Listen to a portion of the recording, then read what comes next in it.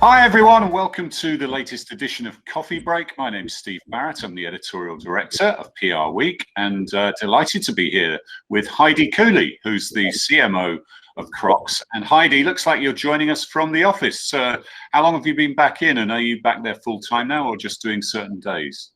Hi, Steve. Thanks for having me today. Yes, actually at Crocs, I would start by saying our vision is that everyone should be comfortable in their own shoes. So we're encouraging our workforce to work where they feel the most comfortable. Our offices have been open throughout the year. We have a lot of team members coming in a few days a week as they feel comfortable, and some of the workforce is still completely remote. And how's it been over the last 12 months? We're almost coming up to the year period. It's difficult to believe, isn't it, of lockdown. How was it right at the start, and how did you cope during those tough times? Yeah, so at the start, what was incredibly challenging for us as a brand actually was we had our Free Pair for Healthcare program, if you remember that. So at the onset of COVID, literally the day after we all were required to start working remote, we had to figure out how to give away shoes to healthcare heroes in need. So what started out with a few doctors and nurses reaching out to Crocs asking for the functional benefits, right, of our shoes, turned into a 45-day donation of 860,000 pairs of shoes. And what's remarkable is that we did all of that during the first few weeks of being remote as a virtual global brand, which was pretty remarkable for the team. Yeah, so you pivoted. Presumably you had loads of best laid plans in terms of your Marcom strategy. Did you pretty much park that for a while and think that that was not particularly appropriate to be proactively marketing at that time, and channel it more into projects like that? We did. So we came into 2020 with actually incredible brand momentum. We had what we would call our best year ever planned, and then to your point, pivoted 180 degrees. Now, I think what's most important about how we think about communications at Crocs is that we listen to the consumer. We are a consumer first brand. And so what we did is, instead of pushing through campaigns or deleting them completely, we paused. We listened to what our fans were engaging with. We listened into what they were asking for us as a brand, and that's how we responded. So that initiated Free Pair for Healthcare. That's how we brought collaborations to market. That's how we brought incredible social activations to our consumers when they were ready for those types of experiences. And where do you think we're at now, sort of as we look? The vaccines are starting to be distributed. We've still got a ways to go for sure, but where do you think the market is now? You just released your results this week, and they were pretty positive, actually, weren't they? So talk us through how you're thinking now as a company and as a brand. Yes, so we, again, had incredible results for 2020, again, due to a lot of the hard work from the teams around the world. I think what allows us to remain confident in where we're headed into next year is that our strategy works. Our strategy works regardless of where employees are working from, because our strategy is rooted in consumers. It's rooted in listening to them, responding to them. It's also rooted in being imaginative. We are an incredibly creative brand. We take bold risks. We make quick decisions, and that's enabled us to show up in the right places at the right time with our consumers. So what were the top lines in the results, both in Q4 and in the full year? Yes, so Q4 was our strongest Q4 in the history of the brand, which is pretty incredible considering the fact that we make a shoe with holes in it. We like to remind people. And then from an annual perspective, we were up 13%, and we saw double-digit increases in most of our sales channels around the world. So what's driving that, and why did you do so well when obviously some sectors of the economy have really struggled? And is lockdown being good for you? What are the trends you've seen in terms of usage of your products? Yes, absolutely. So again, we came into the year with incredible momentum. I like to start by saying that, but we definitely became, quote unquote, the issue of COVID, as we were coined. And we believe that that's because we are comfortable. Right? Comfort's in our DNA. We're also bold, expressive, colorful. We have gibbets that you can put into your clogs and wear around, your house or out on the town. So there was a lot of the casualization of the market that Crocs capitalized on. That was happening pre-COVID. And then obviously during COVID, we were there as an indoor or outdoor shoe. Yeah, certainly our clothing habits have changed, haven't they, in the last 12 months? That we barely remember how to put. I put a jacket on today just by way of a change, a shirt and a jacket. But yeah, so your products have been suited well to that. As CMO, you also oversee the communications function. So talk a little bit about that. How is marketing and communications structured at Crocs, and how does that work? Yes, great question. So communications, yes, lives within the marketing function. Our communication teams oversees consumer communications as well as internal communications in partnership with our HR team here at Crocs. I would say they've spent more time building communication plans than ever before, as you can expect, especially internally. So as we all went remote, especially around the world, we had to make sure that we were over communicating our initiatives, our strategies, and what we were doing for both our consumers and our employees as a brand. So tell us how you operate in terms of social media, because that's obviously a big part of marketing and communications now. Do you lead on it in marketing, or do you work in a very joined up way in an integrated fashion? It'd be great to get your thoughts on that. And also social media as a channel, because as a brand, iconic brand like Crocs, there's loads of memes out there, aren't there, that people have fun with on social. Yes, absolutely. So social media is the heartbeat of our brand, we would say.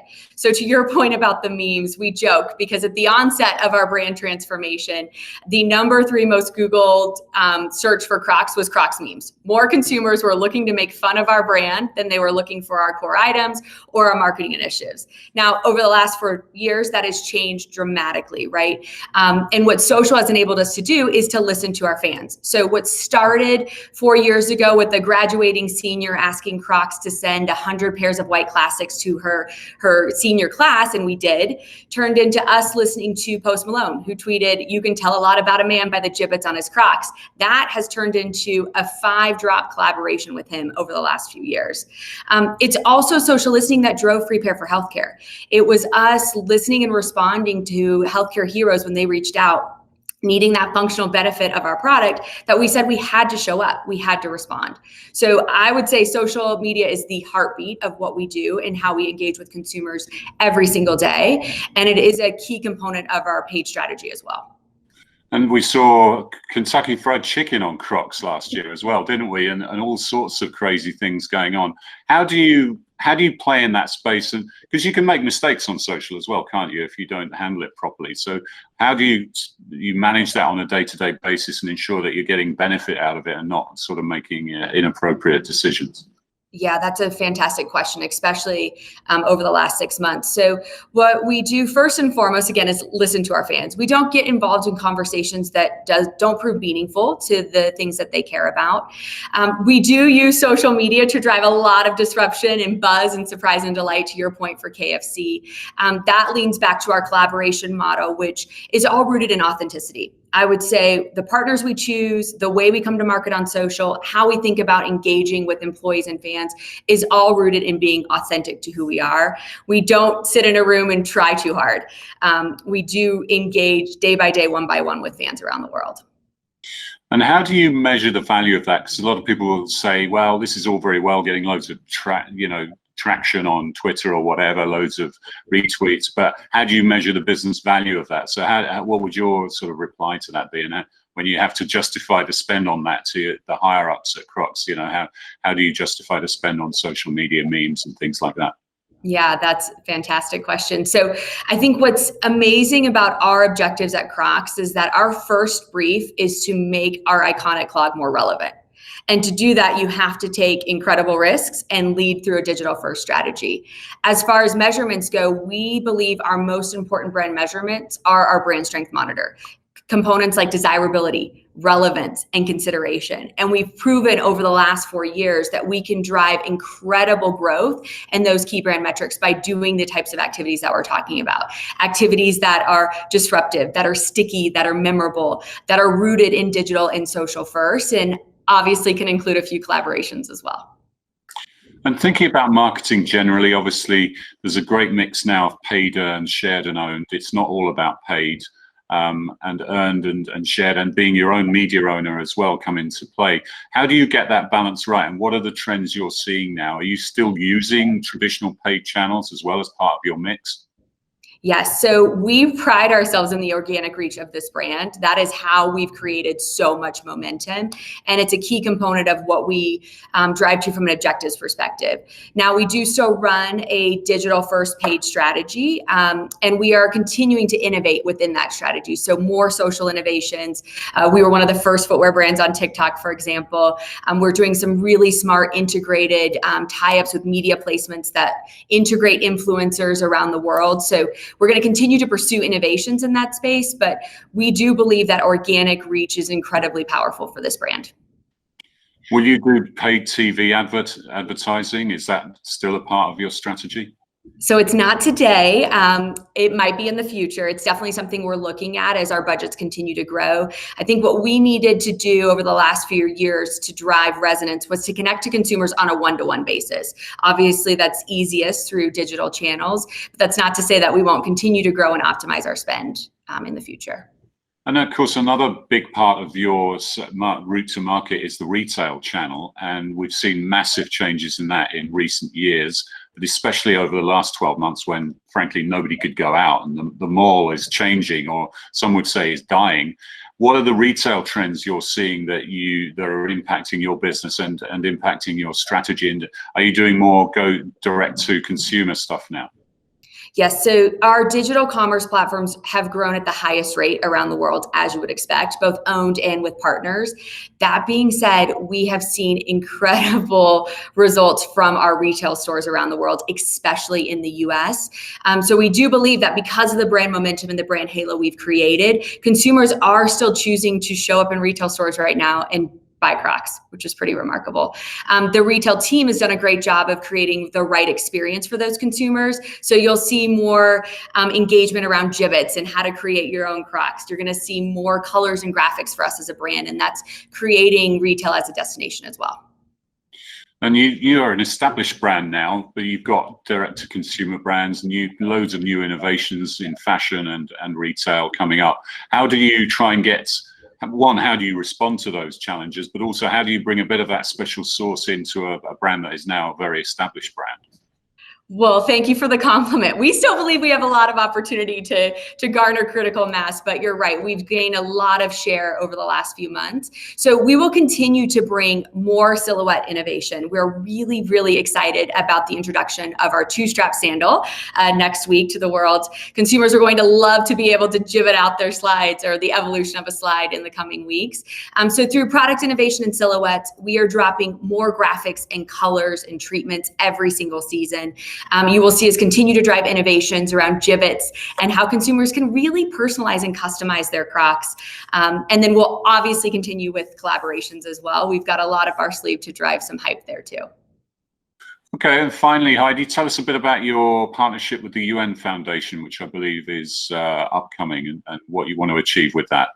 Yes, we just announced our partnership with the UN Foundation for their Equal Everywhere campaign, where we're partnering them to drive awareness around female equality, both here in the US and more importantly, around the world. As a global brand, we're committed to being advocates for inclusion, and that starts with our UN Foundation relationship today. And we'll continue with relationships with UNICEF, the NAACP, GLAAD, et cetera, in the coming months. Okay, well, thank you for joining us. It's been great to find out more about Crocs. Is there one other thing that we can expect in 2021? We know to expect the unexpected these days, but is there something coming out of Crocs or just a trend in your industry that you think we should be looking out for? Yes, great. So I would say, look, Crocs came into 2021 with incredible momentum from 2020, but we're here to stay. So you will continue to see us drive innovations from a product perspective and a marketing perspective over the coming months, because we do believe that although as we come out of COVID, there may be changes in what we wear, Crocs are a staple for the future, and we're going to continue to show up in ways that our consumers want to wear us into the future. All right, well, best of luck to you and your team, and good to see some people back in the office, because most of these interviews have been done with people back in their home or in their kitchen. So it's good to catch up with you, Heidi, and best of luck for the rest of the year. Awesome. Thank you so much, Steve. Thanks for having me.